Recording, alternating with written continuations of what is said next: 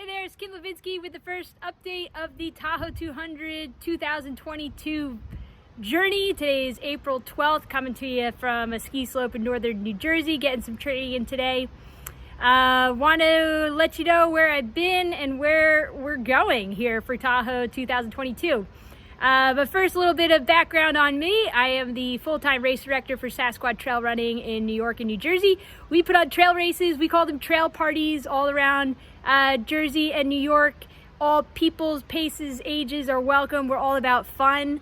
We have about one race a month. The series is super squatch-tastic. You can learn more about us on sassquadtrailrunning.com. So I do that full-time, and then I also have a custom woodworking business called the Squatch Shop, and do custom woodworking mostly for runners and hikers around the country, do other race awards and medals and all that stuff. So it's a lot of fun. Really thankful for what I get to do. I know it's an incredible opportunity. I've met the most amazing people through the trail, ultra, and hiking community. And it's really awesome to just be in the trail running culture all the time. And I love it. I love the community that's growing with Sassquad, and I'm really thankful for it. So Tahoe 200, if you haven't watched any of the updates from last year, I was training for it. It was supposed to be in September. Couple weeks before, it got canceled due to the wildfires, and then it was permanently moved to June. So now it's always going to be in June. This year it's the weekend of June 17th. So last year I was training for it. I had gone out to Bigfoot 200 to volunteer for a week, and that's how I got the race credit for Tahoe. Thankfully that credit was carried over to 2022. So training for it again. It's been a long time coming for this race. It's been now over a year. By the time June rolls around, it's going to be about a year and a half. So really looking forward to having this happen in the second week of June. So let's see where I've been. You know, I've been wanting to do these updates now for a couple weeks, if not the last couple months. Just have not been able to do it. I'm not going to go into all the nitty-gritty details, but I do want to share a little bit with you. And this is not something I'm very vocal about. I don't really talk about it with a lot of people, but I've been really struggling with mental health the last 6 months. Kind of spiraled out into some depression the last 6 months. Number of issues, again, won't go really deep into it, but both my parents had COVID. They were very sick. We almost lost my dad. He was like in and out of the hospital. He's got some other health conditions going on. So that was a really hard time. We lost a member of my family around that same time. And all in the middle of it, I was buying a house. I moved in. I just moved in the last week. And all those people who said like buying a house is one of the most stressful things you could do in your life, that is very accurate. It's been stressful. And then, you know, I was dealing with an injury, a nagging injury this fall. And I think just all those things combined, and then a number of those issues fell like right before the Sassquad race. So we have about one race every month, and it was like 3 months in a row of like major life events happening the same week as an event. And you know, race week is stressful to begin with, then you add those other factors into it. It's a lot. So I have not handled the stress well, I'll say that. You know, and again, don't talk about it a lot, but I've struggled with depression on and off the last 6 to 8 years. And so I just really had a tough time with it the last 6 months or so.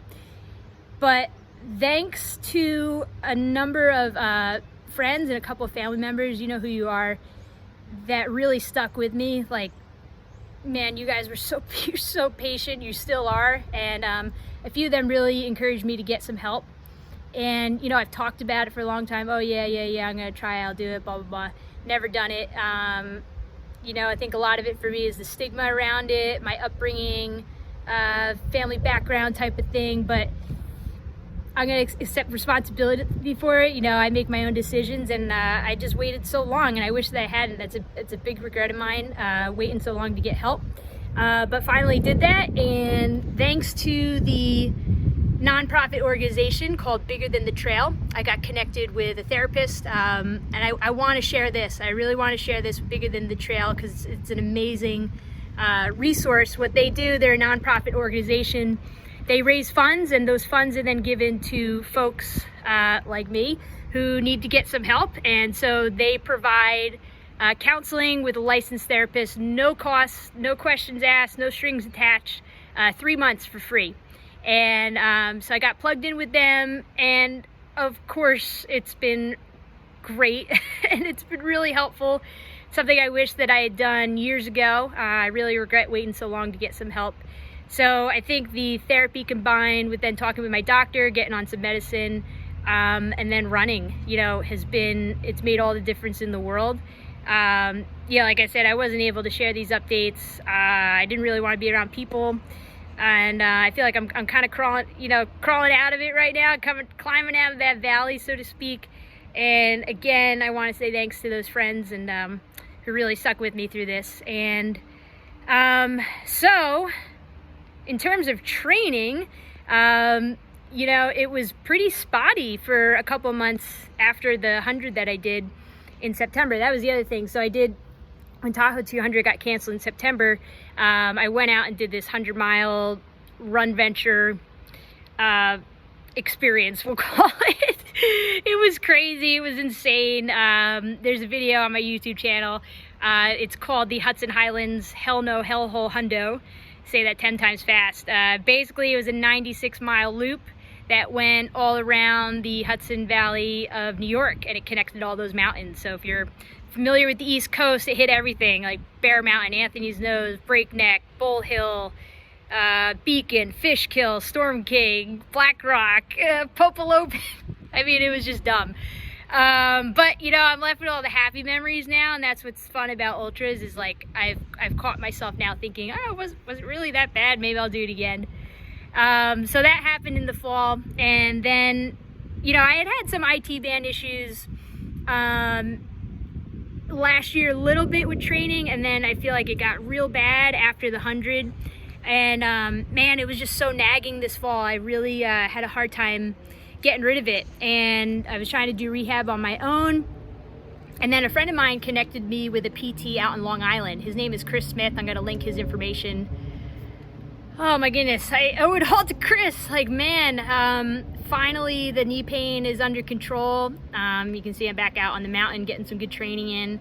But I was really worried about having to drop out of Tahoe, that the knee pain was just, it was so bad and I couldn't get rid of it. It was all like, it would just get really aggravated with the downhill running, which is problematic for a race like Tahoe.